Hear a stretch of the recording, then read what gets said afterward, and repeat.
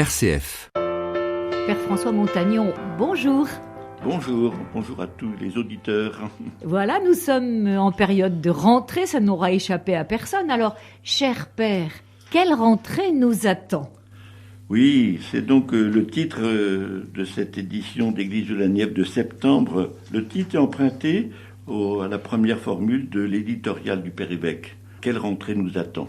Qu'est-ce qu'il nous attend ? Alors, dans cet éditorial, il présente un certain nombre d'événements qui vont marquer cette rentrée, des départs, des arrivées. Voilà, il faut prendre connaissance un petit peu de tout ça, des changements, mais c'est pas un gros bouleversement dans la vie du diocèse.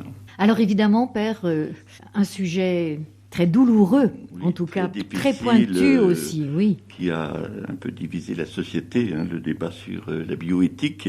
Et donc l'épiscopat français, par la voix du père Dornelas, archevêque de Rennes, a pris un peu position pour éclairer les points de vue des uns et des autres. Donc c'est sa position qui paraît en page 4 de la revue, et on a mis un renvoi pour aller rechercher les propos du père Braque de la Perrière, parus en juillet. C'est ça, dès le début de l'été, il avait pris position, oui.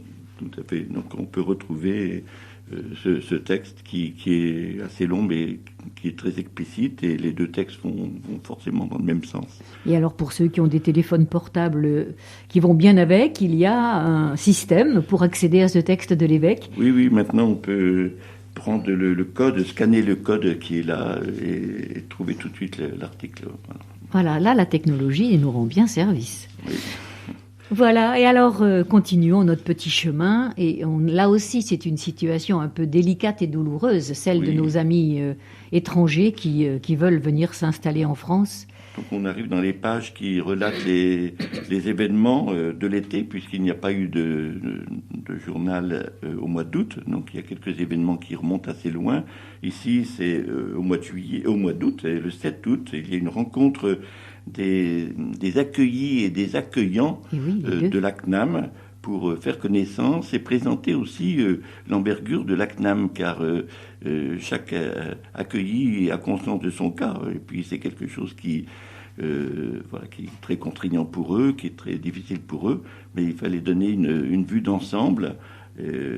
Et c'était une belle rencontre avec beaucoup de force, de témoignages d'humanité. J'ai tenu un peu à souligner ça à la fin, parce que chaque intervenant encourageait les autres à ne pas baisser les bras, à tenir bon, et que ça aboutit toujours quelque part.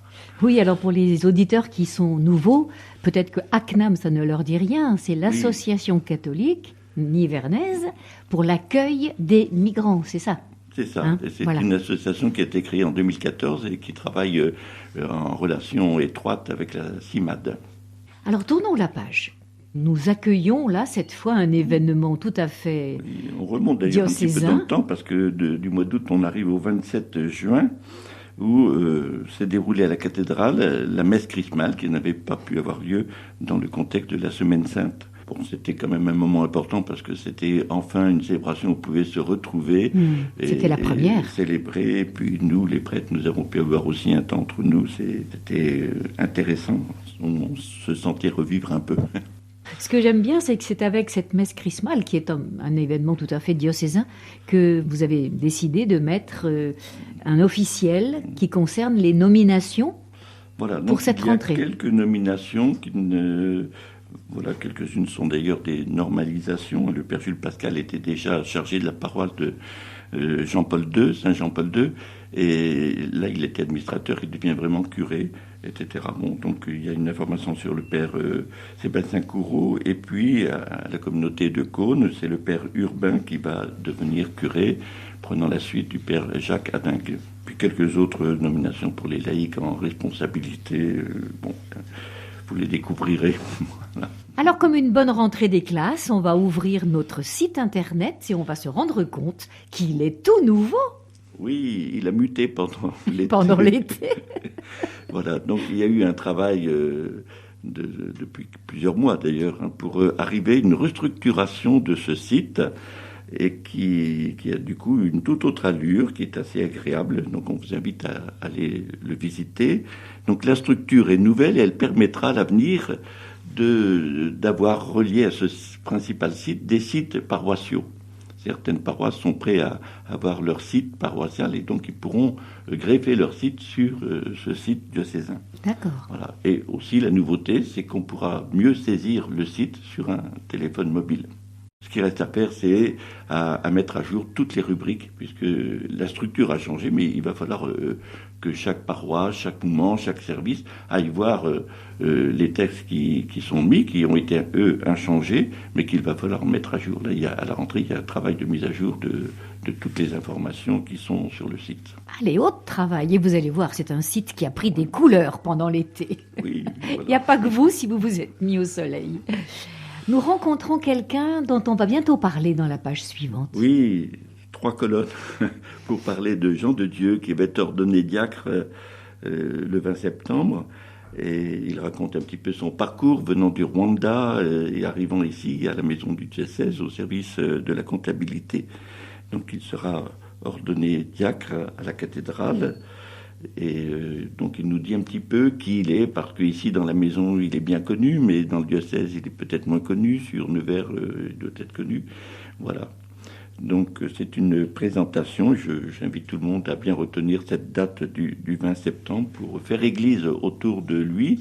Il sera le 14e diacre du diocèse. Et une ordination, ça fait plaisir aussi, ça redonne des couleurs à notre vie diocésaine. Tout à fait. C'est toujours un événement d'église. Hein. C'est un service d'église que d'être diacre. Et donc, il le conçoit bien comme ça. Et donc, ça concerne toute l'église et pas seulement Nevers ou sa paroisse de Vozelle.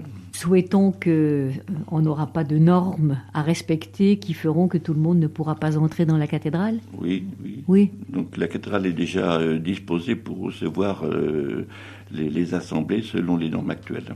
Alors nous parlions de Catherine Geoffroy il y a 2 secondes, puisque c'est elle qui est à l'origine du travail sur le site internet. Et là, nous arrivons à une rubrique qui est un petit peu... Bon, c'est un petit peu notre larme. On va verser une larme là, dans cette page-là, parce qu'il y a plusieurs personnes. On peut dire ça comme ça, parce que donc, après de nombreuses années au service du diocèse, dernièrement c'était donc le service de la communication, et elle a beaucoup travaillé au site dont on vient de parler. Elle fait valoir ses droits à la retraite, comme on dit. Voilà. Et donc, on lui a fêté ses adieux, souhaité beaucoup de belles vies pour les années à venir. Donc, au revoir Catherine, et puis bon vent pour cette nouvelle page qui s'ouvre. Et puis, il y a le Père Jonette aussi qui nous... Alors oui, dans les brèves, le Père Jonette a fait une petite rencontre festive le 8 juillet, invitant tous ceux avec lesquels il est en relation, particulièrement avec des petits cercles bibliques qu'il a créés ici ou là. Donc les personnes venaient d'un peu partout du diocèse. Et voilà, on tenait à mentionner ça, une petite fête autour du Père Joseph Jonette. Il voulait fêter avec eux en fait ses 89 ans. Voilà, il est droit au gâteau d'anniversaire. Et puis pour nous, à la radio en tout cas, et pour ces paroisses-là, il y a encore une larme, enfin 2 larmes qu'on verse, parce que nos 2 pasteurs de l'Église protestante unie de France, qui étaient à Cône et à Nevers, nous quittent. Ils sont partis de fête, et donc on a aussi fait un petit peu un repas d'adieu avec eux. Donc c'est un peu une perte parce qu'on avait beaucoup de liens, de proximité, on était attentifs les uns aux autres, et puis on avait effectivement une émission radio qui continuera, j'espère. On va rebâtir ça, Chrétiens en dialogue, voilà. On leur souhaite aussi un bon ministère là où ils vont atterrir ces jours-ci. Bon courage à vous 2.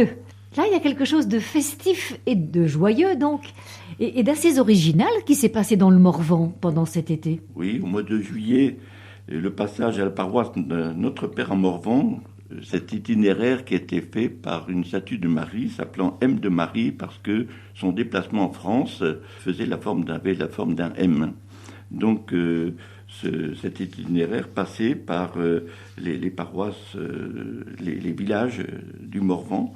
et où elle a été accueillie, et c'était l'occasion aussi d'une mission en quelque sorte, avec des temps forts, des temps de rencontre, des contacts, l'annonce de la parole de Dieu, etc. Des temps de prière, et aussi, il y avait un bon groupe de jeunes qui étaient là, et qui nous ont offert un concert splendide pendant l'une de ces veillées là-haut dans le Morvan. Donc les villages de Goulou, de Mou-en-Morvan, de Saint-Agnan ont reçu cette statue de Marie. Oui, voilà. C'était Notre-Dame de France qui venait visiter notre Nièvre.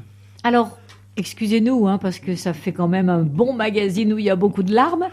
Encore un départ.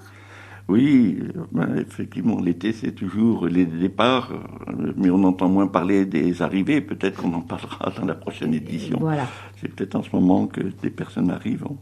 Donc là, c'est la communauté des sœurs de Varennes-Vauzelles, communauté des sœurs de Mormaison, qui quitte la Nièvre. Et avec cette communauté, c'est une congrégation qui s'en va parce que cette congrégation est implantée depuis 1920, c'est-à-dire exactement 100 ans. Dans la Nièvre. Ouais. Donc voilà, sœur Chantal et sœur Thérésine nous quittent. Et puis il y avait aussi sœur Germaine qui elle-même, de cette même communauté, était déjà partie il y a quelque temps.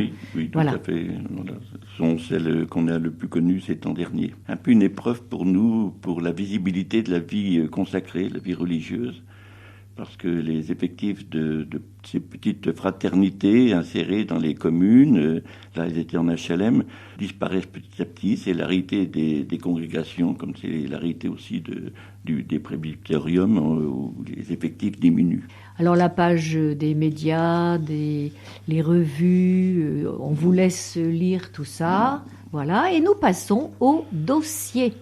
Alors le dossier porte sur le bénévolat.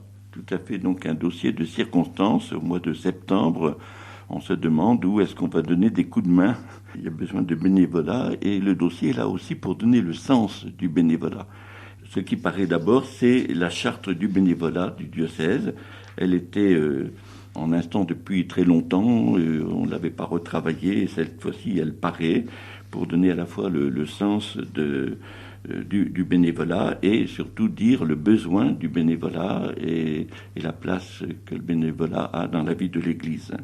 Alors le texte fondamental est là, il y a plusieurs annexes qui seront communiquées aux curés ou aux responsables de service. Donc c'est un texte un peu juridique, ça s'appelle une charte. C'est un texte tout à fait, il ne faut pas oublier que l'Église de la Nièvre est une sorte de journal officiel, à la fois pour faire paraître les nominations, mais tous les textes d'orientation doivent être promulgués en quelque sorte par le journal Église de la Nièvre. Et ensuite, pour éclairer ce dossier, il y a un certain nombre de témoignages. Bon, par exemple, Christiane Pierdier, qui est la présidente de l'ACNAM dont on parlait tout à l'heure, elle donne un peu son parcours, comment elle a donné sa vie dans le sens du bénévolat pour le service, particulièrement des migrants.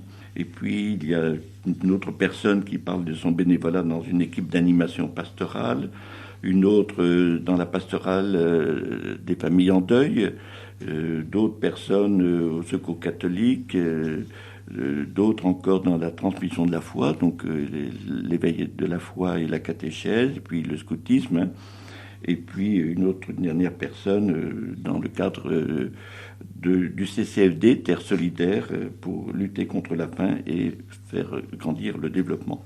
Donc c'est votre nom, Père François, qui est cité pour signer le besoin de bénévoles dans notre diocèse. À la fin, prendre contact avec le Père François Montagnon. Oui, un petit encadré qui a été glissé là pour dire que les paroisses ont besoin des bénévoles, mais aussi la maison du diocèse et les services également ont besoin de bénévoles. Alors ce ne sont pas forcément des fonctions à l'année, si je puis dire. Donc vous savez, on a toujours peur, on met le petit doigt puis ça va jusqu'au coude. C'est plutôt des choses un peu ponctuelles. On a besoin parfois de bras pour un déménagement, pour des tris, pour le nettoyage, pour le jardinage, etc. Donc ne pas hésiter à me contacter. Et puis on tient compte des compétences, c'est-à-dire on ne va pas faire du jardin à quelqu'un qui fera plutôt du déménagement, etc. Voilà, mais il y a un réel besoin au niveau de la maison du diocèse. On n'hésite pas dans ce dossier à proposer un exemple de bénévolat, par exemple, dans une mairie. Oui, de fait, je ne suis pas allé jusqu'au bout. Donc, il y avait des témoignages un peu dans l'Église, disons, ou dans ce qui est relié à l'Église. Mais il y a aussi 2 témoignages dans la vie courante, dans la vie de la société. Donc, Bernard nous parle de son engagement dans l'organisation des centres sociaux de Nevers. Et puis, on a aussi le témoignage d'un maire qui a d'abord été conseiller municipal, donc son engagement pour sa commune. Alors l'agenda, évidemment, commence à se repeupler un peu, si je puis dire. On avait, avec le coronavirus, eu l'habitude d'avoir des agendas un peu réduits. On avait une petite colonne, et là, on retrouve nos 3 colonnes, et ça va jusqu'au 15 octobre, de toute façon. Voilà. Alors, moi, j'ai souligné 3 dates un peu importantes. Le 12 septembre, la messe de rentrée du Secours catholique. Donc, pas seulement pour ceux qui sont le premier cercle du Secours catholique, mais pour tous ceux qui soutiennent le Secours catholique. Voilà, cette grande famille de ceux qui entrent dans le service de ceux qui ont énormément de besoins aujourd'hui, des personnes précaires. Et puis, le 20 septembre, l'ordination diaconale de Jean de Dieu, et le matin, à la cathédrale, bénédiction des cartables à la fin de la messe. Voilà, c'est un peu tout ce qui est vie scolaire qui veut être honoré, etc. Et puis, effectivement aussi, tout ce qui est catéchèse, cartable pour la catéchèse. Et voilà, j'espère qu'il y aura aussi une bénédiction des catéchistes. Bon, c'est un moment que le père évêque a voulu, et donc c'est un peu une nouveauté dans la vie du diocèse. Voilà. Donc les rubriques, après, on trouve la rubrique Découvrir. On parle de Monseigneur Alexis Lemaître, originaire d'Onlay. Voilà, il repose d'ailleurs au cimetière d'Onlay. Et on en a déjà parlé il y a 3-4 ans, quelque chose comme ça, mais on en reparle en fonction du village d'Onlay. On ne refait pas tout son parcours, mais comment il reste des traces de lui à Onlay. Alors là, aux dates aussi. Voilà, donc on aura une page ici, ça se met petit à petit en place, et une dernière page qui sera consacrée à Laudato Si, avec des éléments de Laudato Si, comment ça se met en place. Et puis, on a demandé au père Jacques Billoux de dire quelques mots sur les expressions fortes de Laudato Si. Donc là, il a pris 3 mots, notre mère, la terre, ensuite tout est lié, et l'expression collaborateur du Créateur. Et enfin, c'est tout à fait prometteur. On termine avec un texte, une prière d'un anonyme dont le titre est « Vienne, la saison des fruits ». Pour une rentrée, c'est bien. Oui, et puis c'est vrai que c'est la saison des fruits. Elle se termine un petit peu quand va paraître l'édition.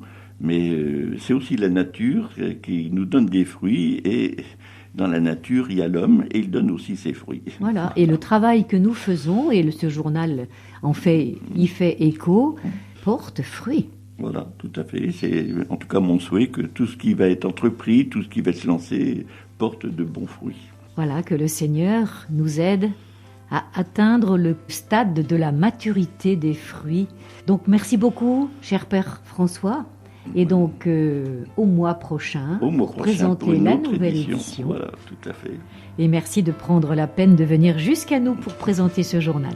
Au revoir à tout le monde. Au revoir à tout le monde.